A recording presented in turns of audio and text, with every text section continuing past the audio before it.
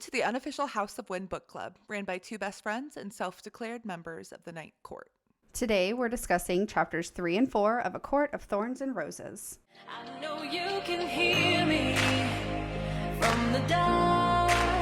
I know you're listening from afar. I thought that no one could fix me. Can't get hold of my feelings. With you in my head, with you in my heart. I'm not afraid of the dark.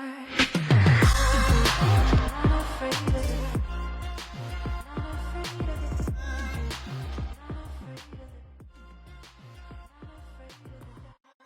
Libby, how's your week been?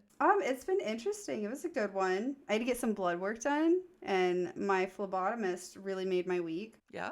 She never remembers who I am, ever. Like, she's drawn my blood 5 or 6 times, frequently enough, too. And we've met enough times that she should remember me, but she doesn't. And it just makes her even more charming, because every single time she's like, your eyes are gorgeous. And I'm like, we've had this conversation. I've never heard that before.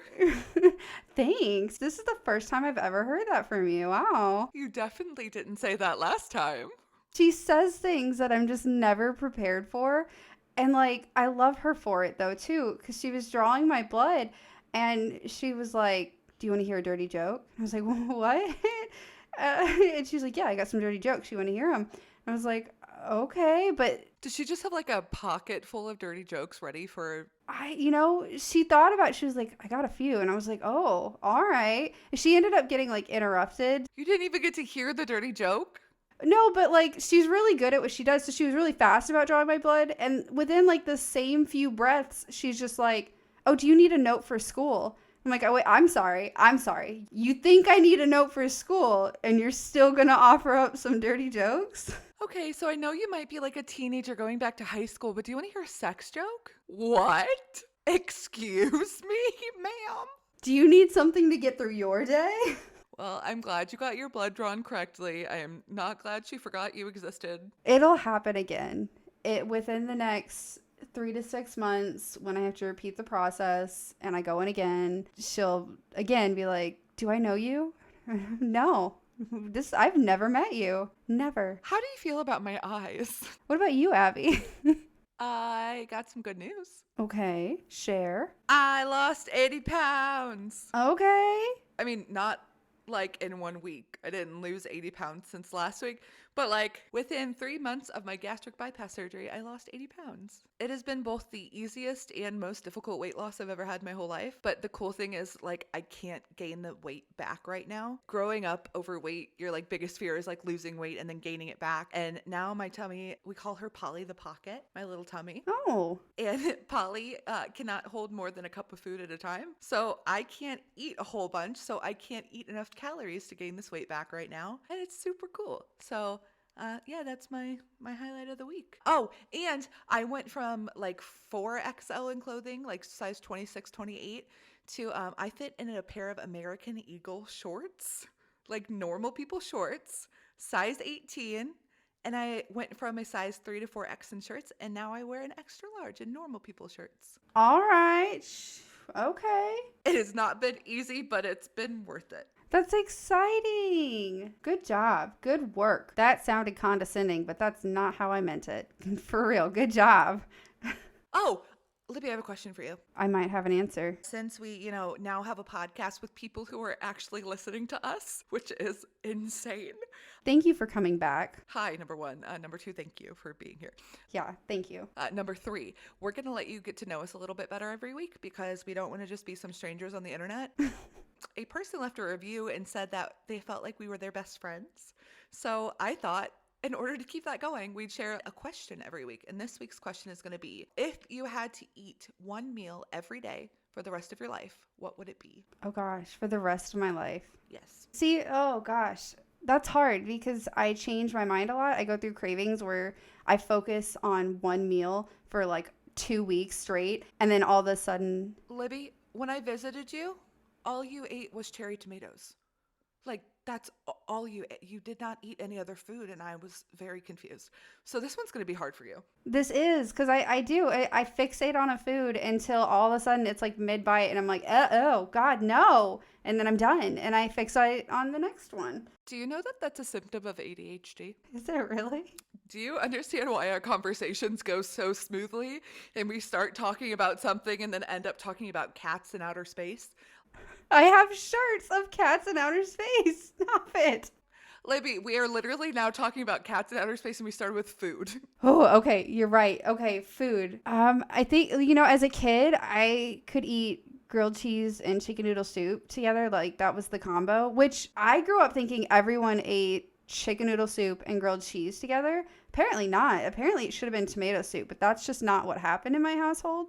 I was just about to say it was tomato soup in our home. Yeah, in most homes it is, Abby, just not ours apparently. No tomato soup in your house. Don't you bring that trash in our home. Chicken noodle only. But grilled cheese and chicken noodle soup, it's a weird combination. I grew up with it. Oh, or tacos. Tacos or grilled cheese and soup. Those are the two things that no matter what I'm craving, if you offer those up, I'm immediately in. All in. I have the most lame answer in the world. Okay. You ready? Because it says a meal. It doesn't say the meal has to be the same exact thing every day. I would have a salad. Oh. Because, listen, I could have chicken salad. I could have like regular good old like Caesar salad. I could have a pasta salad. That's cheating. The answer, my friend, is salad. Salad is the way to go. I didn't know there was a right answer. That's not fair. I mean, technically there's not, but Dang it. now I'm really craving like a good pasta salad. And my husband was volunteering somewhere that had pasta salad today, but it wasn't very good. I supported them anyway and bought it, but You gotta be careful. might have some food poisoning later, but it's fine. Oh no. There's gonna be a delay on the episode release. Abby's dealing with pasta salad poisoning. Listen, we are girls with gastro issues. Plenty. It's fine. Girlies with digestion problems. I love when Libby and I message each other in the middle of the night at like ridiculous times. And so since we're 7 hours apart, one of us is always up at some point. Oh yeah. I'll go, Libby, why are you awake? Because it's like 9 a.m. my time, but like 2 in the morning her time. And she goes, tummy troubles. And the same vice versa. My favorite was messaging you from the Walgreens and I was like, I am in a mood. I'm done with this tummy crap. My favorite thing is messaging you going, I almost pooped on a photo shoot. Oh no. We're not ashamed, guys. Oh God. Okay, we should probably stop the toilet talk. All right. Get on with the summary chapters. You ready? Okay, yeah. Welcome to Dramatic Chapter Summarizations with Libby. Because listening back, I felt like I sounded like a dramatic recording in a fun way, though. You did not. You sounded good. I've been listening way too much to the dramatic recordings on audiobooks where they're very animated instead of just like a regular audiobook recording. Sometimes I can't handle it and I giggle, even in the most dramatic parts, because I'm like, you need to calm down. Like, why would you say it like that? All right, so let's dive in. Wait, how deep is the pool that you're diving in? Do what? You said you wanted to dive in. How deep is the pool? Is it a safe diving? I hope it's not the shallow end because we're going to have a very short podcast run. Welcome to our last episode ever. Libby dived into the shallow end. Oh, I should not have had a Bang energy drink before recording today. Sorry. You can go now. So let's dive in. We start chapter 3 with Feyre packing the hides to take into town and sell.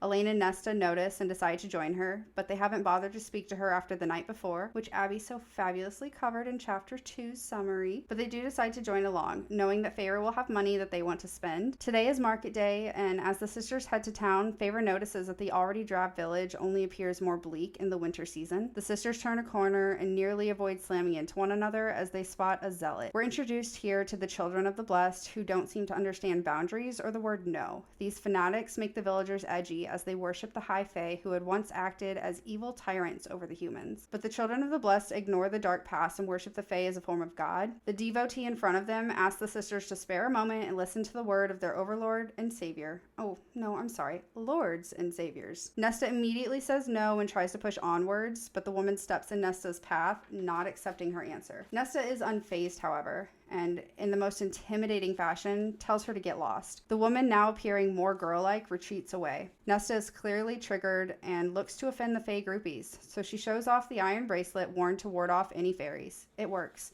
The children of the blessed are offended, but stay silent as Nesta and now other villagers are offering their disgusted opinions. And as the villagers, now having said their piece, go to move on, the acolyte insists that they had once held the same views, but no longer do, and neither should they. Feyre thinks of how the High Fae had ruled Prythian once, and were still a terrifying species. How could anyone worship them? Nesta continues to argue, and accuses the Fae of having probably eaten the other acolytes. The zealots are offended, but do not know when to quit, so they fire back in defense of the Fae, and Nesta opens her mouth to embarrass this girl further, but Feyre steps in. She voices that this is pointless, and the fanatic continues, insisting that it's not. It's worthy of their cause. Nesta can't resist and states that it's not worthy whatsoever. Feyre pushes her sisters towards the market to finally be done with the exchange. Once at the market, Feyre gives her sisters the slip so she may handle the pelt selling alone. She approaches a mercenary who has eyes with varying shades of black that have Feyre almost getting lost in thoughts of light, shape, and color.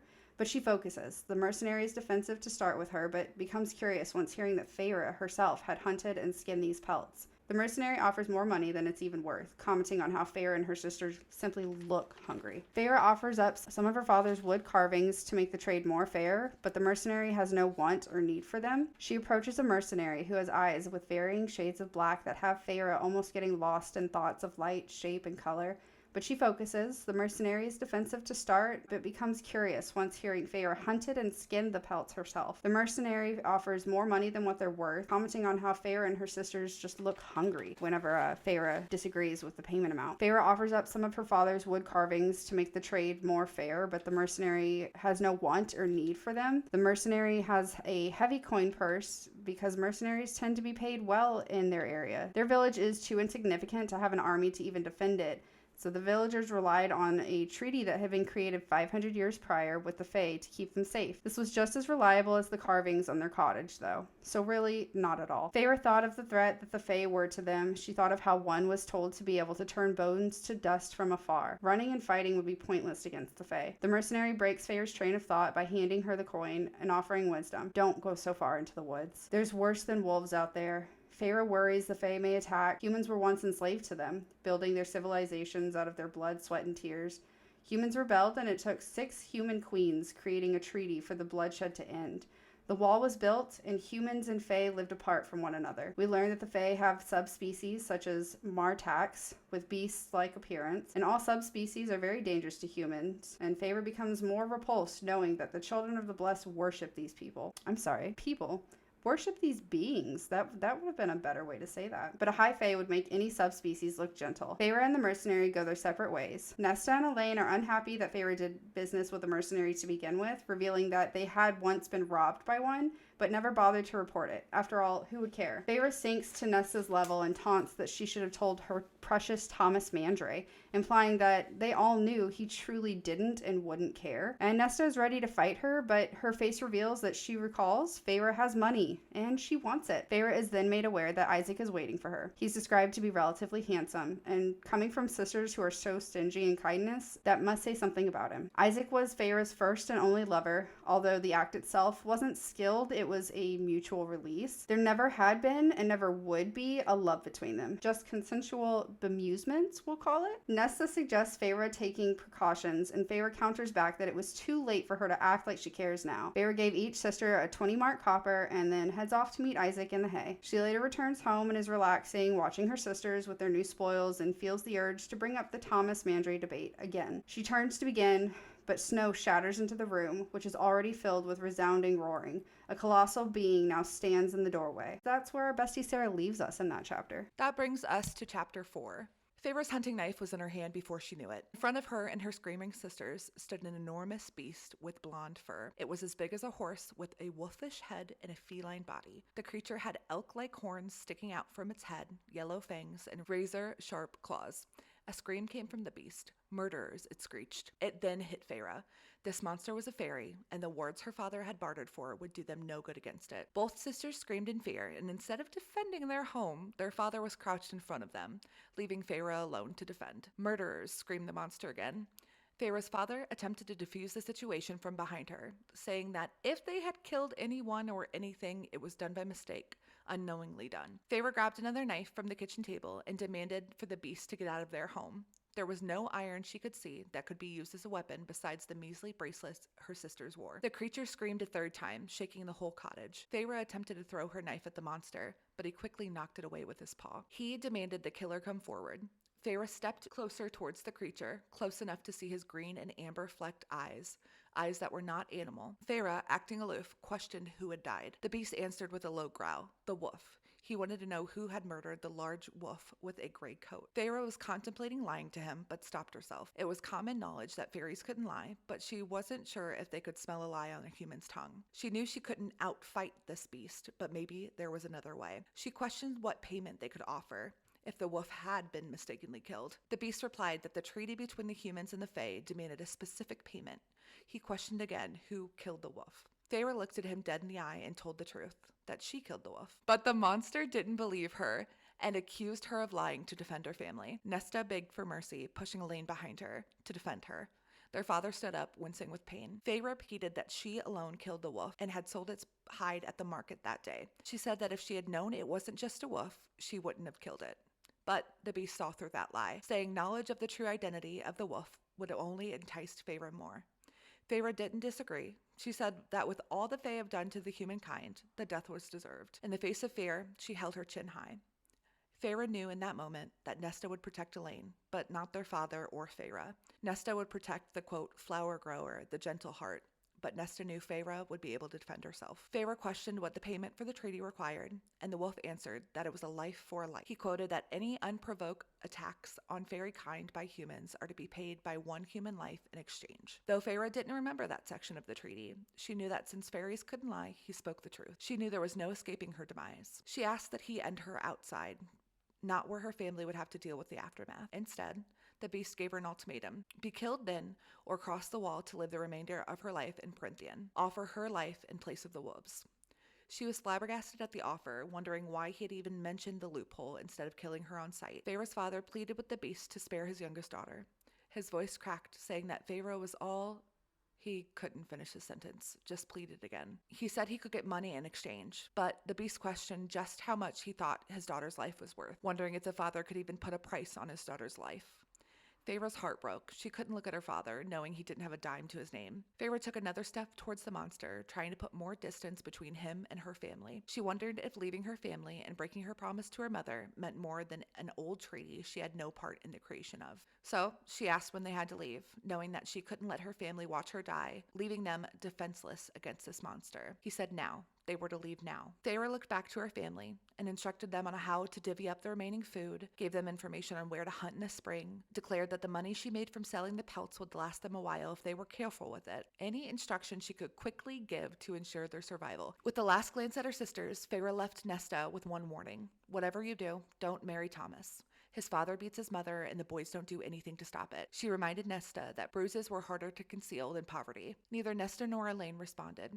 Feyre was pulled to the open door by the beast, and then Feyre's father grabbed her hand, trembling. For the first time in years, his eyes were clear and bold. He told her to never come back. Even if she convinced the Fae all her debts were paid. That she was too good for them, too good for everyone there. He said, quote, you go somewhere new and you make a name for yourself. And without another word, Feyre and the monster disappeared into the woods. Bum, bum, bum. This is why we don't put the book down. This is why we don't go to bed on time. Sarah, bestie, you're causing some drama here. This is why your husbands get mad. My husband's like, you going to bed? And I'm like, soon. He's like, so 2 in the morning or 3? It's like, you know what? Don't judge me. I could have more expensive hobbies, all right? I could like things that cost us more money, okay? It's only a $10 book. Listen, there's a cliffhanger and I have to figure out what happens or I can't sleep. Oh my gosh, this ending. I remember reading this and immediately starting the next chapter because I couldn't wait. And it makes me so sad to know that we have to wait a full week to continue on with this book. But I just want to point out something that I didn't bullet point it, even though I do have my bullet points ready to go. She was ready this week, guys. I was proud of me. I did good. It just occurred to me Feyre could have at any point pointed out that Thomas Mandry's family was just a bunch of abusers. Why would you keep this in your back pocket? You've been arguing with her for so long about not marrying this guy. You could have just begun with that. You could have led with, hey, they beat the mother. They don't have enough money to feed each other, and they are horribly abusive. Like, I feel like starting there. She's like, just don't do it. Don't get proposed. I'm not going to tell you why. I'm just going to fight you. Just don't do it. Ma'am. You should just listen to me. I'm not going to give you any reason. Like, why? Why wouldn't you have begun there and say, hey, homeboy abuses the females in his family. Like, let's not. Don't put yourself in that situation. I love how you're focusing on this when like a literal wolf cat monster just kidnapped her for her house forever. Nesta, don't get married, but Feyre can just deal with this cat wolf man with horns. The never-ending failures in communication these people have, I need to just accept it, but it's like, why? Like this, and I get why. We'd have a lot shorter of a book without any of it, but come on. Libby, we all have issues. Theirs just happens to be can't communicate worth anything. It's fine. Along those lines, literally, there is no communication between the girls at the very start of the chapter. They didn't talk at all from the night before. Yeah, how rude. Like, they clearly want something from Feyre, and, like, they have nothing to give her in return. They're not going to acknowledge her. They're not going to do anything other than just, like, push themselves onto her and follow along. Nesta did cut wood in the morning. I'm going to give her that. She woke up and cut the wood. Now, granted, she probably only did that because she definitely wanted something from Feyre at the market. Oh, absolutely. But, like, let's give our least favorite character right now, well, the dad's least favorite character, our second least favorite character, a little bit. Let's give her a little bit. I will. You know, she does start to really intimidate me. Feyre refers to her as, like, a queen without a throne. And I was like, oh. That quote, when I read that, I was like, I know someone like that.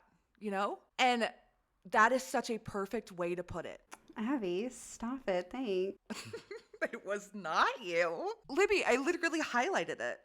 And this is the exact quote. It says, it was impressive, truly impressive, to see Nesta go ramrod straight, to square her shoulders and look down her nose at the young acolyte, a queen without a throne. Oh, bestie, Sarah, you're killing me. When the children of the blessed start to kind of retreat from her, I'm like, yeah, I get it. I get why. That would scare me. I wouldn't want to keep interacting with her. I can't relate to that kind of a sibling.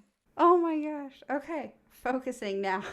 Why does it take so much for the children of the blessed to just back off? Like, why would you think pestering and pushing would convince someone to follow in your ways? It felt a lot like a mirror to our actual world of people doing whatever it takes to push their beliefs, whether it's religious or otherwise, and not accepting no, and being so convinced that you are condemning yourself if you don't do the things they want you to do. No, it doesn't work. It doesn't work to push your narrative down someone else's throat. My favorite part is when, like, the acolyte comes back and says, to all the negative stuff that Nesta said, no, it's our gods would never do that. Oh, yeah. Like, may the immortal light shine upon these sisters.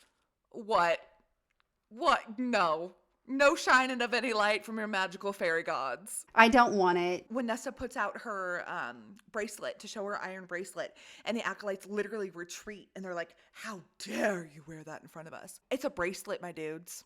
It's a bracelet. We can calm down. And what I find is funny is that the acolytes are wearing silver bells. I mean, I know this is a book about fantasy and high fae, or just fae in general, but this seems almost insulting. Like, you're going with this stigma of silver bell, like fairies being dainty little silver. Jingle, jingle. Right. Like, if they're so powerful that they could just wipe us all out without trying, and they make jingle, jingle noises. It's like a cat with a collar. It would ruin it for me. How they're mightier than thou, right?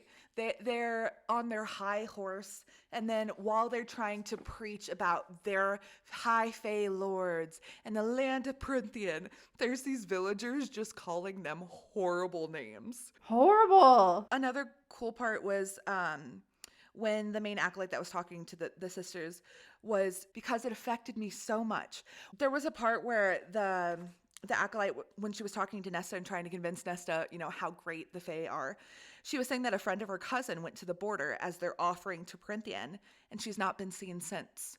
And this woman's thinking like, oh, now she's married to this high lord. She's living this life of luxury. And Nesta sees right through that and is like, hey, dude, she's probably dead. Like, she probably got eaten. That is the one instance of, I think, Nesta just being honest, not even trying to be cruel.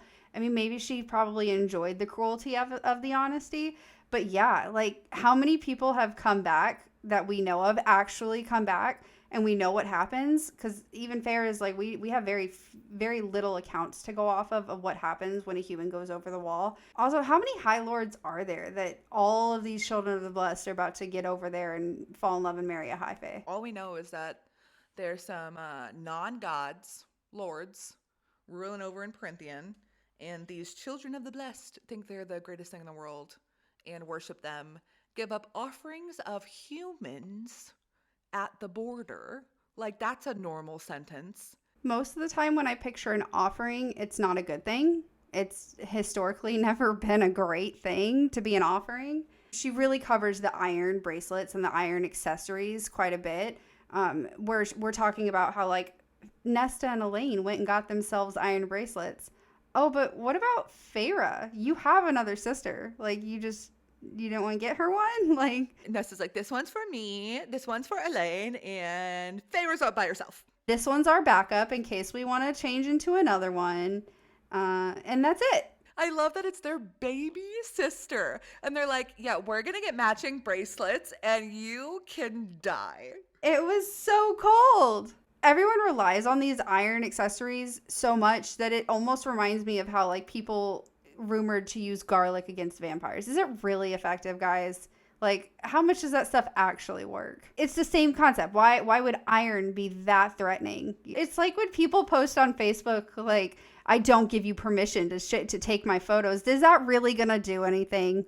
And then I love how all the villagers start surrounding the two that are talking. Oh, it's like sharks swarming in. They're all like, yeah, let's do this. Literally. And then Elaine, like, starts to get nervous. And at that point, Feyre's like, all right, we're stopping this right now. And literally, like, counter directs the girls and takes them back towards the town square to leave the acolytes alone. But I love how Nesta was willing to put up a fight. You were not fighting with that woman. She knew that the children of the blessed were some fools. So Isaac and Feyre, I'm picking up on how it sounds like they're trauma bonding over their awful lives. And like Isaac, again, with the freaking bracelets, he offers to buy her an iron bracelet. And I know that Feyre talks about how there's no love, there's nothing, there never would be between them. But the more she talks about Isaac, it almost sounds like if she would have given him the chance, that there could have been something. You say that, but we even learn, like, he's the only son. No, he's the eldest son of the only wealthy farmer in the area. Do you really think that her being basically a poor peasant at this point, she'd be able to marry a wealthy man's son? Oh, yeah. I mean, I could see why she wouldn't even give herself a chance to feel anything for Isaac. She could just be putting up, like we've mentioned before with other characters, a wall to keep herself safe. But I still see the way Isaac, like, he's teaching her how to build snares. He's giving her these bracelets. He's opening up about these parts of his life, these deeper parts of his life, and the things that he's faced and endured. And she reciprocates with conversation sometimes, but for the most part, she's turning him down. She's shutting it down. And then he's even married, and she's like, oh, well, I'm not going to seek him out. I'm just kind of moved on with my life. But obviously, he's seeking her out. I'm seeing, and it could just be from the way I'm reading it, I'm seeing signs that Isaac would have been willing to entertain at least the thought of some form of relationship at some point.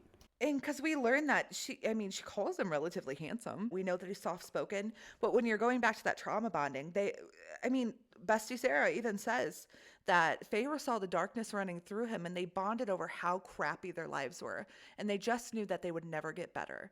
And when you're in that dark headspace, if you've got somebody with you that is giving you the physical release of sex, we're not kids here. We're going to talk openly. And Feyre I mean, Isaac was her first and only lover in 2 years.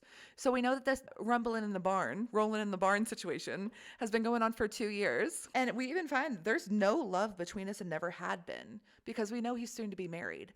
And Feyre, I mean, there's no dowry for her. Just like she said for Nesta, they've got nothing to give for her. That wealthy father is going to want something, for his son's hand. So let's lighten this a little bit. This sucks. The men can take birth control. Excuse me? can we live in this world? Sarah, thank you. I was so excited reading that. Thank you. Because, yes, I know this is a made-up world. This is all fantasy. But even reading other books of the same genre, you're not seeing authors taking that liberty to, make it a fantasy. Make it the things that you want to happen. I could go on my rant. I need to, take a breath. Let's take down the patriarchy. Thank you, bestie. So after they leave, the acolytes just kind of standing there with the whole crowd watching them. Feyre kind of ditches her sister at the edge of the square and's like, hey, peace, I'll see you later. I'm gonna go deal with these pelts. See you. And the girls are like, okay. She sees these three options, right? There's three options of where she can sell these pelts. So she's got her regular two she would go to, a clother. Is that how you say it? Clothier? Yeah. But they're immediately uninterested. Yeah, the clother and the cobbler, they're both, she can just tell they're like, no thanks. And so she sees this random strange woman, let's not mention huge woman, super tall, built woman who, that's my favorite type of person because I'm 6'1", so hell yeah. Thanks, bestie. She sees this really tall woman with scars and weapons, and Feyre says she was like a mountain of a woman sitting on the lip of their broken square fountain without any cart or stall, but looking like she was holding court nonetheless. I've yet to find other books that are describing women of different shapes and sizes and builds so beautifully. Very few times do I read a book where it's there's a character that's built with curves or with strength or with height that isn't outside of the typical, I'm 5'3" and I don't have any fat. I don't ever have to eat. Ooh, somehow I forget to eat. Come on, stop it. Stop. No, but she talks about this mountain of a woman and you're it's not followed up with she terrified me. No, she's got black eyes of varying colors. Feyre wants to dive into the colors and paint with them, and it's just I love it. Thank you. Thanks, SJM. Now to counterpoint that, I love how Bestie Sarah explains in great detail how much power this woman has, right? But none of it is scary. She says she has interesting eyes, not just one shade of black, but with many browns. She says that she was a mountain of a woman. You're getting this sense of, oh shit, this woman's impressive. Now, but when it comes to her weapons, her weapons were immediately gleaming and wicked. So the contrast between the two, where this woman, while she's intense, while she's got all this power, she's not scary, but the weapons, on the other hand, those are what's scaring Feyre. And I thought that was really interesting. But I appreciate that. You can show how intimidating the character has the potential to be without tearing her apart and being this ugly, wicked, beastly form of a person. I love that. And I love how, at first, she's to Feyre, she goes, what business do you have with me? Why are you here? What do you want? She's cutting to the chase, and I got mountain woman things to do. I got tall lady things to do. And I love how you get this sense of power from this woman, but then once Feyre shows the pelts and shows her strength, really shows her strength of going to hunt down the deer and hunt down the wolf. Yeah, her own power. This woman gives her money. I mean, gives her much more money than she, quote, deserves for these pelts. Oh, that brings me to a bullet point. Bullet point. Let's hear it, Lib. Bullet point. In the perspective, this is my own kind of mocking perspective.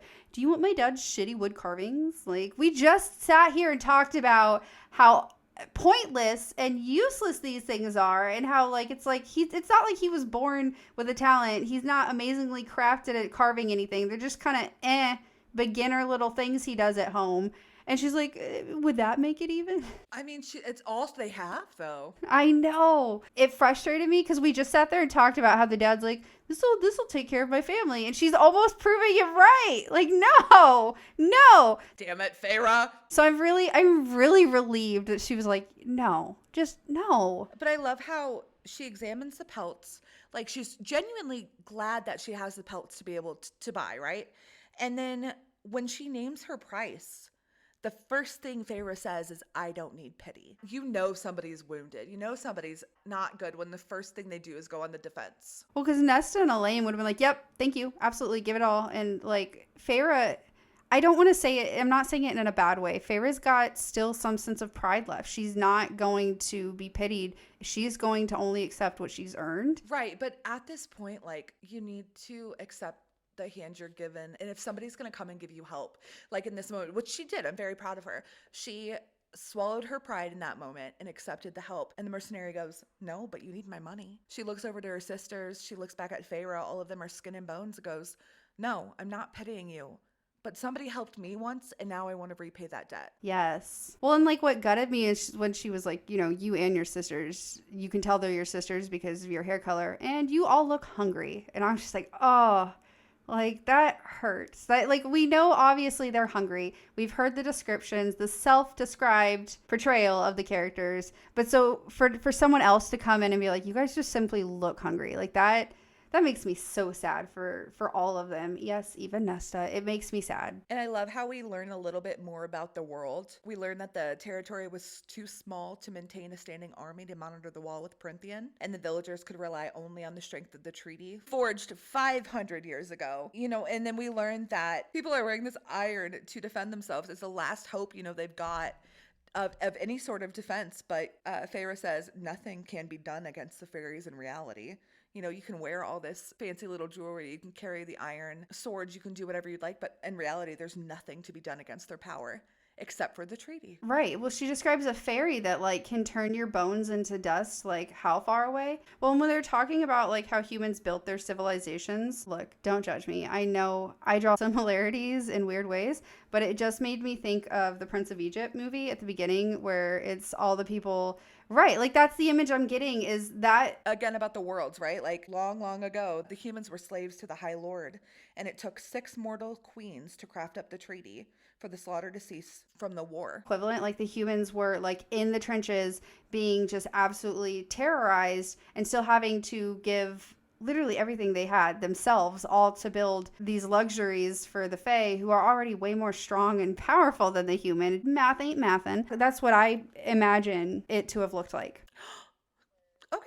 That's a perfect correlation between the two. So they do all this work, then they turn against them, have this revolution, and the only way that this war is stopped is 6 mortal queens crafted up a treaty, and it split the world in 2. The northern half of the wall is all for the High Fae and fairies, and the south was for the cowering mortals. We also have the part where the beast or the monster breaks in. Oh yeah, you know, the most important part of the whole... You know, it's just gonna slide that one in real quick. What made me kind of like, it made me mad, but it also speaks to their characters, is that the sisters, Elaine and Nesta, and their dad immediately are kneeling and crouching in fear. They're cowering, they're begging for their lives, but like Feyre, being the bad bitch she is, she stands between them. Like, she's just like, you know what?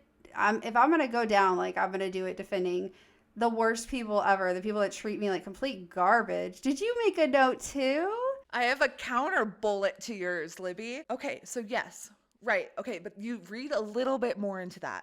It says, my sisters screamed kneeling against the wall of the hearth, but my father crouched in front of them. I'm gonna give this man at least that. Like, at least he crouched in front of them. Like, that's gotta be something, right? That is fair. What makes all of that irrelevant to me is that Feyre stood. She stood. She's already spent a previous chapter going on about how she knows there is no point in fighting or running. Like, you are not going to win in a fight against a fairy. And yet she still stands, willing to take the brunt between the monster and her family. A family who has, again, treated her so poorly and taken advantage of her. Right, but I think if we're going to go back to the whole therapy thing, because that seems to be a big topic here. I feel like their fight or flight response is flight, right? All three of them, Nesta, Elaine, and Dad. Their fight or flight response, their initial response is to flight, and Farrah's is to fight, like down to her core. She knows that her option is to fight. So, I mean, it even comes up within the first page of that chapter. It says, but I didn't have room for terror, wouldn't give it an inch of space despite my heart's wild pounding in my ears. You know, she's saying, I'm terrified. Instead of backing down, instead of running away, I'm gonna stand up and fight against my family. And I guess like reading it actually made me picture my own sister.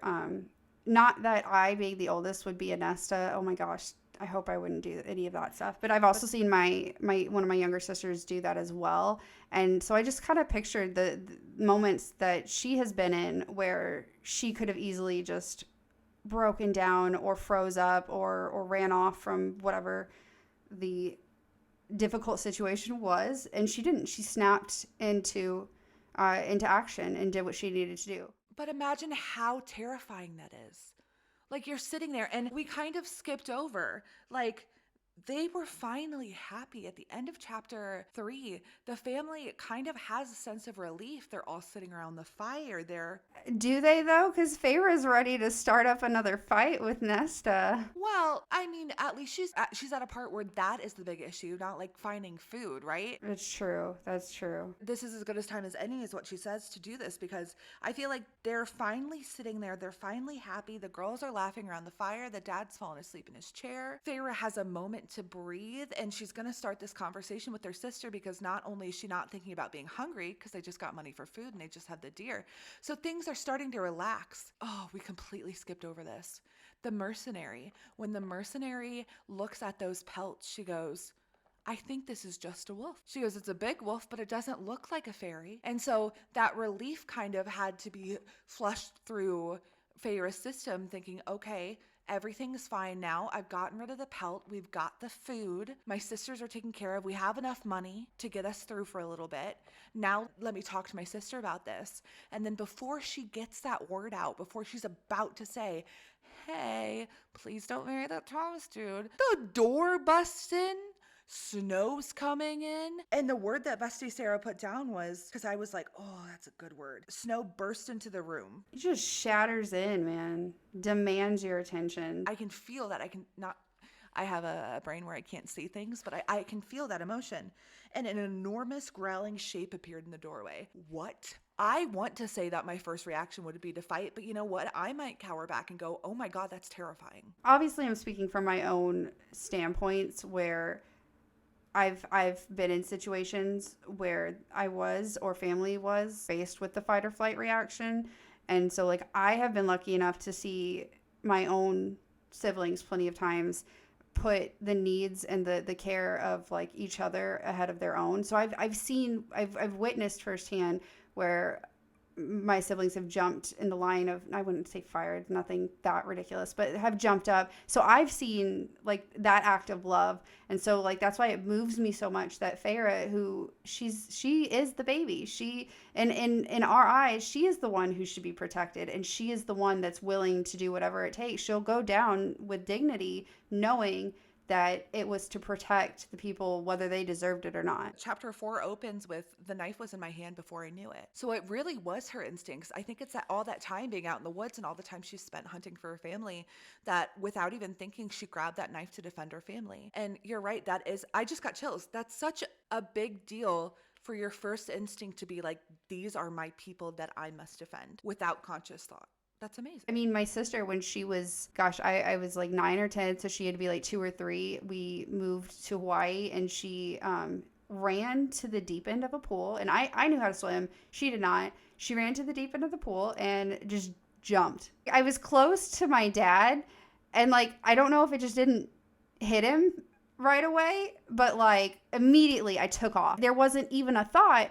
And so I agree that it's instinctual, because I don't remember thinking, oh no, or this bad thing's going to happen. I just remember at 9 or 10 seeing my 2 or 3-year-old sister dive into the freaking pool. And this is still her to this day. She is just so without caution, and we love the free spirit in her. It's not a bad thing, but oh my, Samantha. We love sunshine. If I'm going gray, Thank you. And I just took off. I took off down the pool, and like I was not tall enough to be keeping her hoisted above. So she was like on my shoulders when I got to her, and I'm like, just get to the edge of the pool and then you can breathe too. So like I've been in circumstances where you just snap into it because immediately it's like this adrenaline of like, those are the people I love. It doesn't matter. That's what needs to be done. I've got a story. I remember this because my mom still makes fun of me for it. My whole family does. But it was a moment of I must protect my siblings. So my mom had left to go to the store. My brother and I were probably like 6 and 7, right? She left for the store and we're sitting there, we're watching TV, and all of a sudden I hear this alarm beeping. And to 7-year-old me, I think that's the fire alarm. And it had just snowed outside. So I'm like, oh no, the house is burning down. What do? We go to the neighbor's house. We ask for help because my parents are gone. So what do? I leave my sister downstairs in the basement to die in the fire. And then I grab my little brother Mitchell and I take him and I run to my neighbor's house. And I don't have shoes on. I grabbed my brother and no blanket, no anything. We were barefoot in pajamas. And I remember holding him and running to the neighbors. And I mean, they weren't close. It was a good, like, I don't know, quarter mile. I run over to the neighbor's house and she still remembers opening up the door to see me and Mitchell barefoot, shivering, shaking because it had just snowed like 2 feet outside. And me panicking and just wanting to make sure my brother was okay. And so, yeah, and I don't remember consciously thinking, oh, there's a fire, we should get out. I remember he needs help. Something's going to happen if we don't get him out of this house. So you're right. That instinct can kick in ways that you don't expect. It means a lot to Feyre's character for her first thing was to defend. And it shows a lot about her sibling and her dad that their first thing was to cower. And I guess that's why it's hard for me to put myself in those positions of like, just retreating in myself. It's hard for me to connect and feel like understanding towards those actions, but I have to respect that is just what they do. That they're not doing it maliciously. Okay, let's give it a second here though. So this huge beast comes in screaming, murderers. So they're cowering. Feyre's defending and says, get out of my house. And all the beast says again is murderers. And finally, the dad's like, I don't know what we've done. He stands up, give him that. He gets up and he's like, hey, I don't know what we've done. Nesta goes, we're not murderers. Feyre's silent because she knows. She knew in the back of her mind something was off. But like, how funny would it have been if he was like, oh my God, I am so sorry. I'm supposed to be at the cottage next door. Wrong house. He just screams, who killed them? And I love how Feyre's trying to play aloof. She's like, killed who? Who killed? What? He's like, the gray wolf. Who killed the gray wolf? And she finally is like, okay. Me? No. Let's be honest. So she tries to get around and is like, hey, if like he somehow died by accident, what are we going to do about that? What's the payment for the treaty? And he goes, a life for a life. And immediately in my head, I was like, how is the book going to end here? She can't die. That's where I went too. No part of me was just like, let's see how we can twist this one. Let's see how we can say what's your favorite meal and pull a crappy answer. Salad. Love salad. That's my thought too, was, oh, how is she going to get out of this? Like, how is she going to get away? Like, where is this going to end up? And we kind of know with all the Fae, there's always loopholes. And so I was literally thinking, what's the loophole here? And he goes. Well, and that's not just in this story, but like, I mean, you hear folktale from like Ireland even, and like fairies are described to be tricksters, and you have to be very careful. And if you play D&D with my husband, you will learn the hard way that you can't just be nice to a fairy. Hey, listen, remember when we played over New Year's?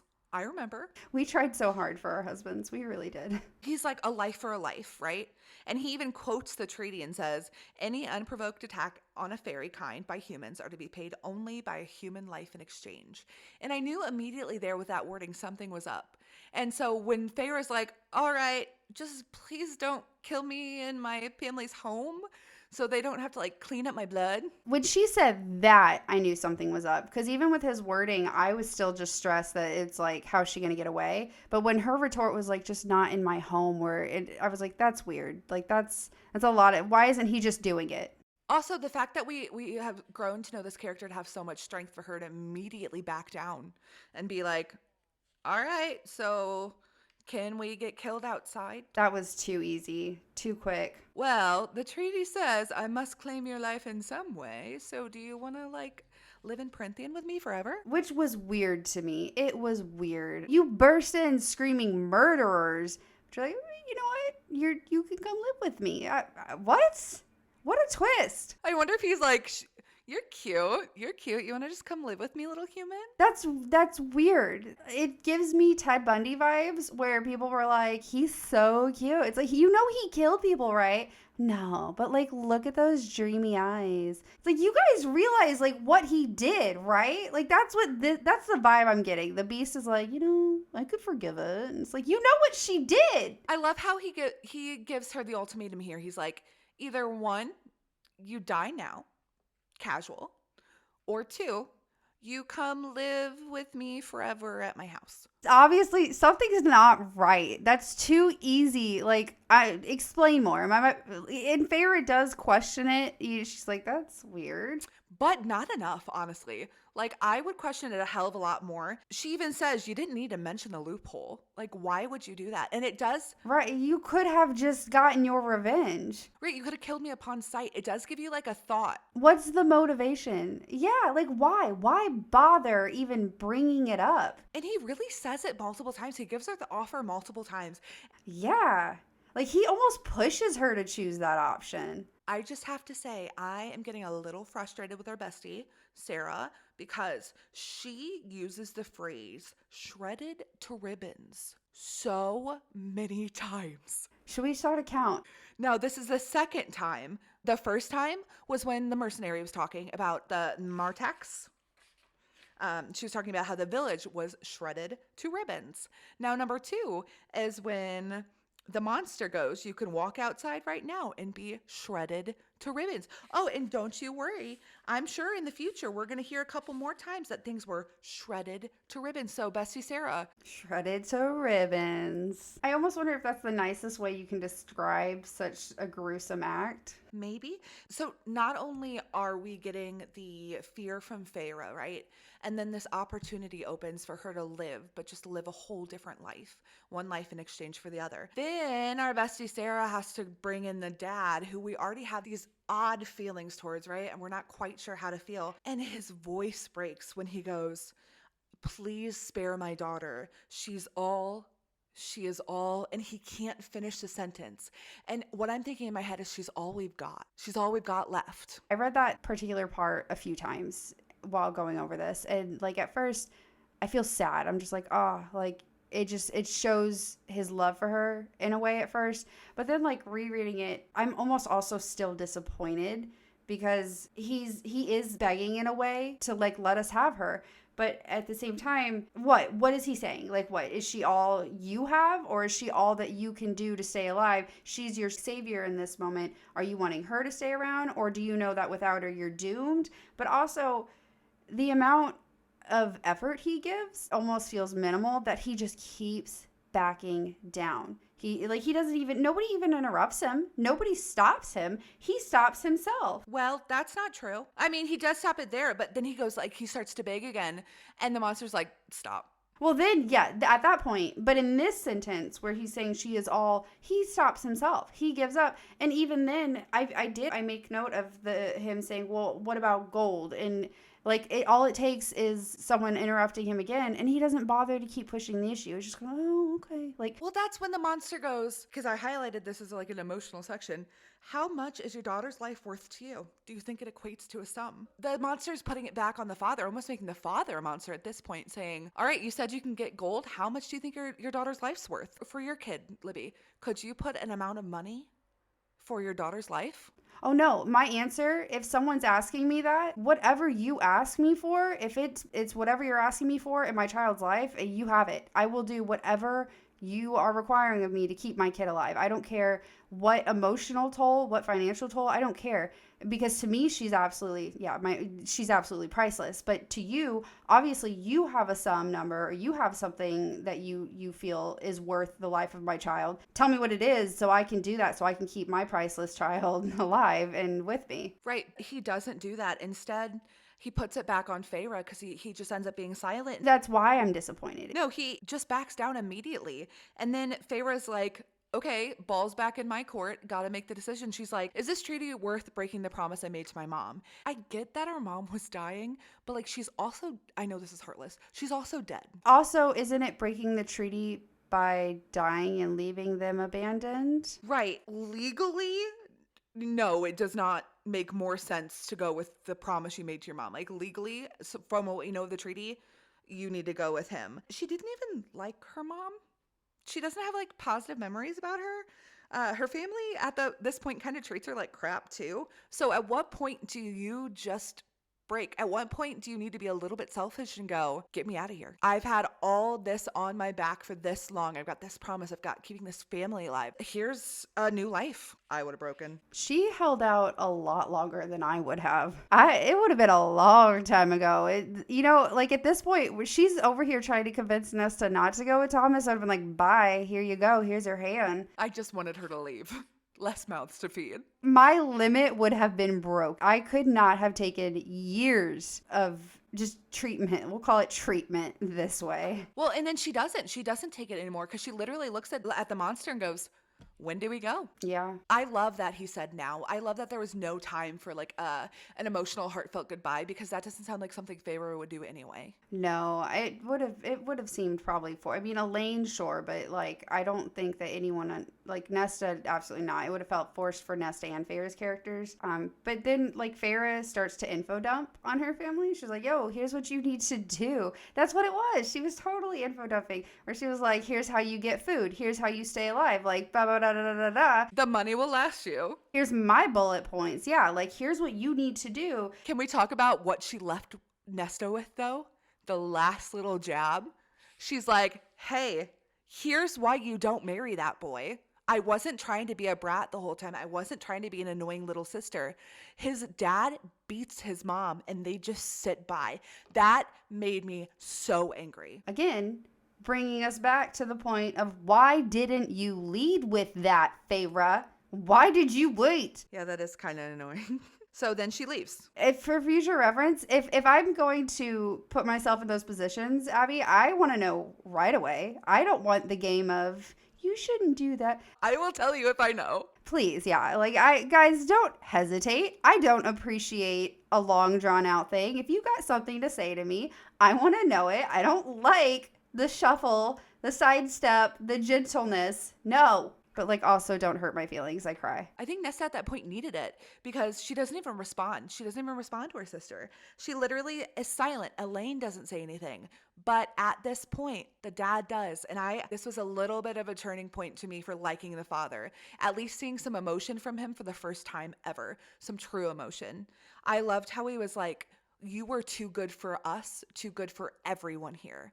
Which is true. I mean, from what we know, Feyre's the only one with besides Elaine, we know Elaine has a good heart, but Feyre's the only one making actions to make her place a good home, right? But then he has to come back and be like, don't come back. Ouch. I'm sure there would be the part of me that would logically be like, I know he's not saying it to hurt my feelings, but like, thanks. But it still does. And she even says that. It does. And a part of me, like, I was like, stand up, fight for her, show her. This is your last chance to show her she matters to you. And so, like, obviously, I understand why they're not doing it. It's protecting everybody. It's the best option for her. So I get why it's not happening.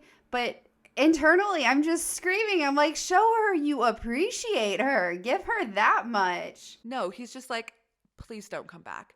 I get he had to cut her off like that because she would probably come back and spend this whole time trying to fight for her family and make sure they're okay. He does end it with my favorite quote from the whole 2 chapters. And as somebody who has recently moved across the world and has started a new life for herself, this quote, which is, again, my favorite quote from these 2 chapters is, you go somewhere new and you make a name for yourself. That's, yes. All right, dad, father, whatever. That was a good one. I'll give it to him on that. That was a really good one. It ends on this cliffhanger. It's like, and then we walked into the woods.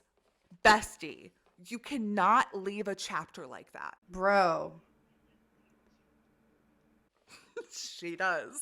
Guys, again, you're going to learn really fast if you don't already know. That's the name of the game. Your quote was that one about the go make a name for yourself. So mine was right after he bursts in and he's calling them murderers. She's looking at the wards on the outside, those worthless carvings, again, on the outside, how they did nothing. I think she's like in that mindset of like, okay, how do I defend? Like what's the best option here? And so that gives us the quote of, but the beast's neck, that looks like a good home for my knife. I was like, oh, chills. Can I give an honorable mention? Of course. The first page of chapter 4, and it says, but I didn't have room for terror, wouldn't give it an inch of space, despite my heart's wild pounding in my ears. We've all been there. But also, I want to say a close second was when she talks about Nesta being a queen without a throne. Our bestie's got some good word. She's a good writer. That means nothing coming from us because she is a New York Times best-selling author.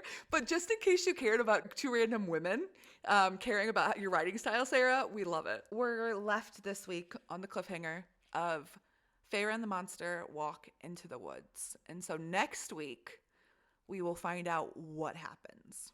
Whole other week.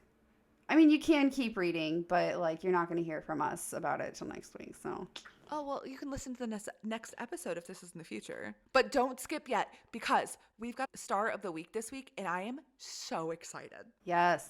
Star of the Week this week is Lionheart Threads. They're both on Etsy and Instagram, and they are absolute dolls. I really love their Etsy shop. They've got a whole bunch of shirts and sweaters and sweatshirts, and not only are they like basically book talk heaven, but additionally they've got Mama and Me outfits, which I mean, Libby, as a mom, please tell me you don't want everything in their store. I really do. Look, my kid had a ramen noodle t-shirt matching with my husband, and they got to be matchy. Now I get to do it. It's your turn. I love it. Lionheart Threads wanted to share a little bit of info with us. She's a single mom to her little boy, who's 21 months old. They're based in Pennsylvania. They started their business in August of 2022 as a way for her to work from home but still get to spend time with him. Whenever she refers to we, she means her little boy and her because he's the CEO of her business, which I love.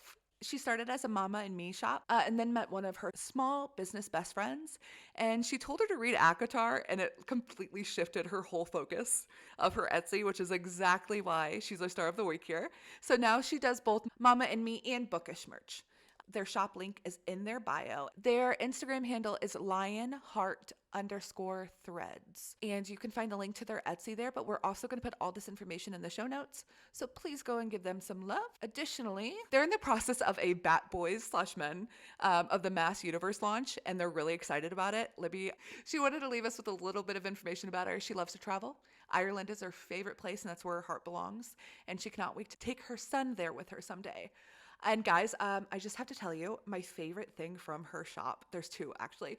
She has a shirt that says she's a 10, but she only likes fictional men. My husband might be a little offended, but I am very much getting this shirt. Additionally, she has a shirt that has like books and mountains and leaves, and it's freaking adorable, and a sword under it. And it says, I still read fairy tales. They're just a bit darker now. Lionheart, you're killing us. So I will leave. That one. Yes, please. And her sweatshirts. I'm a sweatshirt girly, and gosh, I'm drooling. Oh, like, and then she's got one. It's like the nightly binge reader. I'm like, she gets us. That seems personal. She's got a tank top here that says books and swords and dragons and fae. Like, look, guys, this is not an advertisement. I'm just geeking out because I love it. She's been a huge supporter of us literally since day one. So we just wanted to give her her very own special Star of the Week moment. And guys, she actually is so fantastic. She's got a 15% off promo code for listeners of A Court of Thrones and Podcast. ACOTAP, ACOTAP podcast. All one word, all caps for 15% off. It's live and good to go now. So calling all dreamers, we want to hear from you guys. Send us an email to A Court of Thorns and Podcast at gmail.com and tell us everything. How you found the series, your favorite characters, questions you have for us. Hey, you know what would be great? If you guys could send in the icebreaker questions and we could start answering those too. If you guys have questions for us, we would love to interact with you guys for real. This is a community. It's a cult. It's not just us. It's you guys too. So reach out, please. You can follow us on Instagram at A Court of Thorns and Podcasts. Or just email us. Oh, we also have a TikTok now. It's at ACOTAP, ACOTAP. So if you'd go follow us there. And I wanted to leave with one final thing. We have gotten so much support on this podcast after the first week. Guys, I genuinely have chills with how great this community is. We expected like maybe 5 people to listen. We've got over 100 views on YouTube. We've got over 50 subscribers or followers on Spotify.